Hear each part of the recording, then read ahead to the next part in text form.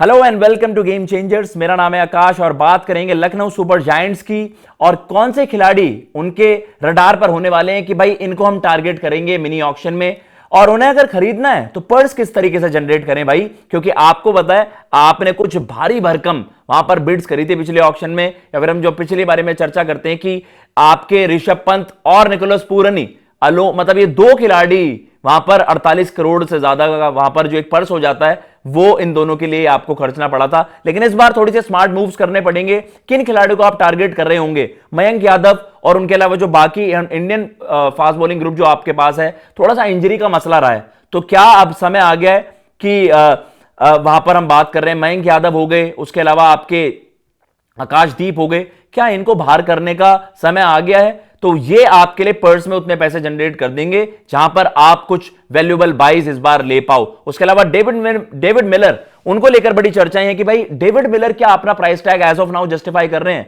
पिछले एडिशन में करीबन 150 रन उनके वहां पर ना, स्ट्राइक रेट 130 से नीचे, तो किसी भी तरीके का इंपैक्ट डेविड मिलर नहीं क्रिएट कर पाए। अब आपके पास भाई जब बाकी टीम है, अब देखा हम सब जानते हैं कि थोड़ी सी ना वहां पर एक ऐसा रहेगा कि यार आपके पास क्या ऑप्शंस होंगे मिनी ऑक्शन में, कि यार हम बात करते हैं कि जब बाकी टीमें अपने स्टार प्लेयर्स अगर रिलीज करेंगी, जो कि एक अनलाइकली चीज लगती है मिनी ऑक्शन में, लेकिन किन्हीं खिलाड़ियों को तो रिलीज करेंगे, तो हम उनके लिए जाएं। जो हम चर्चा कर रहे हैं कि अगर लेट्स अज्यूम कि अगर वहां पर ग्लेन मैक्सी वो वहां पर अवेलेबल होते हैं, तो यार कौन फ्रेंचाइजी उनके लिए नहीं जाना चाहेगी? उसके अलावा जो हम बात कर रहे हैं लियाम लिविंगस्टन, आरसीबी के लिए उनका उस तरीके का स्टेंट नहीं रहा, लेकिन क्या अगर वो आते हैं वहां पर, क्या वो एक वैल्यूएबल बाय होंगे? उसके अलावा जो हम चर्चा कर रहे हैं कि जॉर्डन कॉक्स, उनके लिए द 100 बड़ी जबरदस्त गई थी। अब हम इंग्लैंड के तरफ से तो देख रहे थे वो थोड़ा सा बैटिंग ऑर्डर में नीचे ही वहां पर बैट कर रहे थे, maybe as a finisher उनको एज अ बैक किया जा रहा था। दी 100 में तो नंबर 3 नंबर 4 उस तरीके से। तो ये है, क्या जॉर्डन कॉक्स को वो टारगेट करेंगे? तो सारी चीजों पर हम चर्चा करेंगे कि कैसे ये इनका एक पर्स करीबन 30 करोड़ का हम जनरेट कर पा रहे हैं, और उसके अलावा भी अगर आप किन्हीं खिलाड़ियों को वहां पर टारगेट करेंगे तो उसके लिए भी आप अच्छा खासा पर्स वहां पर जनरेट कर पाओगे, जिसमें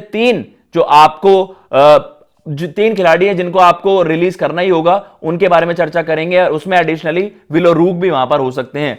तो सबसे पहले आपके सामने स्क्वाड चला देते हैं जी, मेन स्क्वाड, जहां पर आपको सारे खिलाड़ी नजर आएंगे। ये हम जो कह रहे थे कि भाई 48 करोड़ रुपए तो आपके पंत और पूरन के ही हो जाते हैं वहां पर। उसके अलावा सभी खिलाड़ियों के रिपोर्ट कार्ड भी देखते हैं किस तरीके से उन्होंने परफॉर्म करा है। आयुष बड़ौनी 4 करोड़ क्या जस्टिफाई करते हैं? बिल्कुल करते हैं। लखनऊ की तरफ से अगर कोई कंसिस्टेंट परफॉर्मर रहा है तो वो आयुष बड़ौनी रहे हैं, तो कहीं ना कहीं आयुष बड़ौनी को आपने बैक करा। उसके अलावा जिन खिलाड़ियों को हम देख रहे हैं कि 30 लाख रुपए, अर्शिन कुलकर्णी, एडन माकरम 2 करोड़, बिल्कुल भाई उन्होंने कह सकते हैं कि इट्स अ स्टील। और जिस तरीके की परफॉर्मेंस माकरम की पिछले सीजन आई, माकरम और आपके Mitchell Marsh 3.40 crore and Nicholas Pooran one of the best टी20 बैटर्स, इन तीनों के रन्स थे, इसलिए लखनऊ सरवाइव कर पाया। ऋषभ पंत 27 करोड़ तो जस्टिफाई नहीं कर पाए थे, लेकिन एक ब्रांड है और उन पर इतनी जल्दी कॉल नहीं लेगी लखनऊ कि भाई अपने कप्तान को ही आप रिलीज कर दें। तो ये है ऋषभ पंत के लिए शायद भाई अब इस बार चर्चा होने लग जाए अगर इस बार भी परफॉर्मेंस ना आए, लेकिन ऋषभ पंत द ब्रांड वो एक रहता है कि वो चीज कमांड करते हैं। 27 करोड़ का प्राइस टैग, लेकिन परफॉर्मेंस देनी पड़ेगी। डेविड मिलर वहां पर उस ग्रुप में आपको नजर आ रहे हैं। देखो हिम्मत सिंह 30 लाख रुपए, आर्यन जुएल 30 लाख रुपए, चलो आप अपने डोमेस्टिक प्लेयर्स को बैक करते हो कि यार इतना ज्यादा आपके ऊपर बर्डन भी नहीं पड़ रहा, लेकिन 7.5 करोड़ रुपए डेविड मिलर, जिन्होंने केवल 150 रन पिछले सीजन करे, ना स्ट्राइक रेट ना मैच फिनिशिंग एबिलिटी दिखा पाए वो, तो कहीं ना कहीं ये है डेविड मिलर आपके उस लिस्ट में आ जाएंगे जहां पर इनको रिलीज कर देना चाहिए।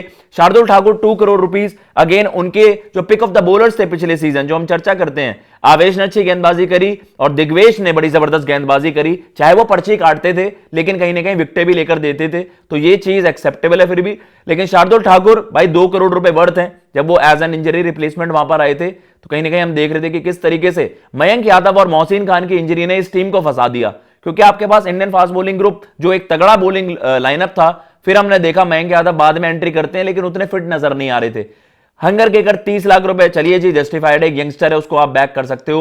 वहां पर चौधरी साहब हैं 30 लाख रुपए, ठीक है। अब्दुल समद ने कुछ अपनी फिनिशिंग एबिलिटीज दिखाई है, अभी डोमेस्टिक में बहुत अच्छा कर रहे हैं, बड़ी जबरदस्त पारी अभी खेली दिल्ली के वर्सेस, तो मुझे ऐसा लगता है कि उनको बैक करना चाहिए। शहबाज अहमद, यार इस खिलाड़ी को बड़ा अंडर यूटिलाइज करा लखनऊ ने, तो इनको तो आपको बैक करना ही करना चाहिए। मयंक यादव के 11 करोड़ रुपए आपको रिलीज करने होंगे अगर आपको एक तगड़ी बाई के लिए वहां पर जाना है। मिनी ऑक्शन में अगर आपको कुछ तगड़े इंडियन फास्ट बॉलर्स को टारगेट करना है, जिसको लेकर मैं आगे चर्चा भी करूंगा, लेकिन इनको आपको रिलीज करना पड़ेगा। रवि बिश्नोई देखो पिछला सीजन उतना तगड़ा नहीं किया जितना बाकी जो प्रीमियर स्पिनर्स है बाकी टीमों के उनका गया है। ज्यादा विकेटें भी नहीं थी, 9-10 विकेटें को इन्होंने ली, तो कहीं ना कहीं ये है रवि बिश्नोई को भी अपना प्राइस टैग जस्टिफाई करना होगा। लेकिन एक क्वालिटी लेग स्पिनर है, रिस्ट स्पिनर है, 11 करोड़ रुपए, क्या रवि बिश्नोई पर वो तलवार लटकेगी? ये एक इंटरेस्टिंग चीज होने वाली है। फिलहाल मैंने उनको रिलीज लिस्ट में नहीं रखा है क्योंकि एक क्वालिटी बॉलर है। आवेश खान बिल्कुल भाई प्राइस जस्टिफाई करते हैं, कंसिस्टेंट परफॉर्मर रहे हैं आवेश खान, 9.75 करोड़।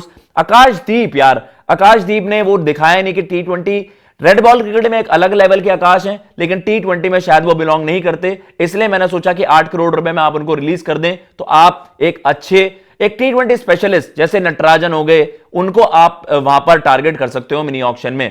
उसके अलावा जो हम बात कर रहे हैं बाकी किसी का प्राइस टैग उस तरीके का नहीं है। विलोरुक 3 करोड़ रुपए के हैं, तो इसलिए मैं उनको वहां पर बाहर का रास्ता दिखाता हूं। मोहसिन खान अगेन, क्या 4 करोड़ के मोहसिन खान को भी बाहर कर दिया, बाहर का रास्ता दिखा दिया जाएगा? क्योंकि वो भी इंजरी से लगातार जूझते रहे हैं। तो आपके सामने अब चलाते हैं कि भाई किन खिलाड़ियों को हमने वहां पर टारगेट करा है और कैसे तकरीबन 30 करोड़ रुपए वहां पर जनरेट होते हैं। अगले उस पर आते हैं ग्राफिक पर।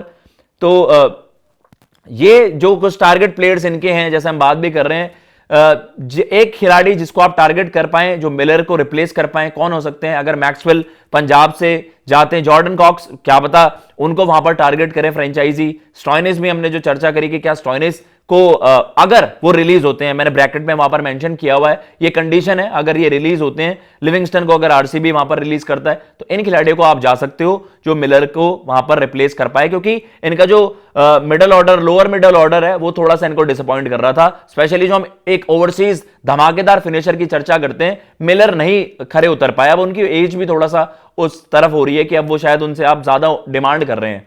T20 स्पेशलिस्ट इंडियन पेसर आपके मोहम्मद शमी, नटराजन, इफ रिलीज, जैसे कि हमने चर्चा करी कि भाई अगर वो रिलीज होते हैं अपने अपने रिस्पेक्टिव फ्रेंचाइजी से, तो आप नटराजन, मोहम्मद शमी जैसे स्टार पेसर्स पर वहां पर दाव खेल सकते हैं।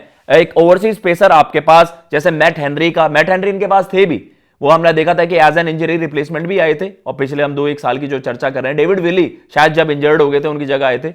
अगले ग्राफिक पर चलें तो ये वो खिलाड़ी हैं जो हमने इस वक्त एज ऑफ नाउ मेंशन करे हैं। इसमें 1-2 खिलाड़ी ऐड ऑन हो सकते हैं या इन पर भी शायद उस तरीके से फैसला ना लिया जाए। 11 करोड़ रुपए मयंक यादव, आकाशदीप 8 करोड़ रुपए, डेविड मिलर 7.5 करोड़ रुपए, विलोरुक 3 करोड़ रुपए। तो ये मिलाकर आपके कितने हो जाते हैं? करीबन 30 करोड़ रुपए वहां पर हो जाते हैं, 29.5 करोड़ रुपए टू बी स्पेसिफिक। अगर इसमें मोहसिन खान के 4 करोड़ रुपए जोड़ दिए जाएं तो आपके और ज्यादा करीबन 33-34 करोड़ रुपए। तो ये है कि एलएसजी भी भाई टॉप टीम्स के साथ कंपीट कर सकती है वहां पर। सब कह रहे हैं कि क्या अपना पर्स निकाल देगा तगड़ा, सब कह रहे हैं कि भाई सीएसके के पास अब ऑप्शन है कि संजू तो आपके एज इट इज आ गए जडेजा के स्वैप में, तो अब आप ग्रीन को टारगेट कर पाओगे क्योंकि सीएसके भी वहां पर खिलाड़ियों को रिलीज करने वाला है। लेकिन 29.5 करोड़ रुपए एज ऑफ नाउ यहां पर इन 4 खिलाड़ियों के हो रहे हैं। आपको क्या लगता है? मयंक यादव, मिलर और आपके आकाशदीप और विलोरुक, क्या इनके अलावा मोहसिन पर भी वो तलवार लटकेगी? क्या किसी और खिलाड़ी को आप देख रहे हैं कि इस ग्रुप से जा सकते हैं? कहीं हम बिश्नोई पर देख रहे हैं कि उस तरीके का कॉल ना ले लिया जाए? और ऋषभ पंत को इस बार परफॉर्म करना पड़ेगा भाई, 27 करोड़ का प्राइस टैग बहुत ज्यादा होता है। तो फिलहाल इस वीडियो में इतना ही। अगर आपको ये वीडियो पसंद आई हो, एलएसजी की हमने रिलीज खिलाड़ियों की बात करी और हमने रिटेन खिलाड़ियों की बात करी, ये प्रोबेबल्स हैं, ये हमारा अपना परसेप्शन है। 2 दिन में सब कुछ क्लियर हो जाएगा कौन से खिलाड़ी वहां पर जा रहे होंगे। तो कमेंट बॉक्स में जरूर मेंशन करिएगा आपको ये वीडियो कैसे लगी। जय हिंद, जय भारत।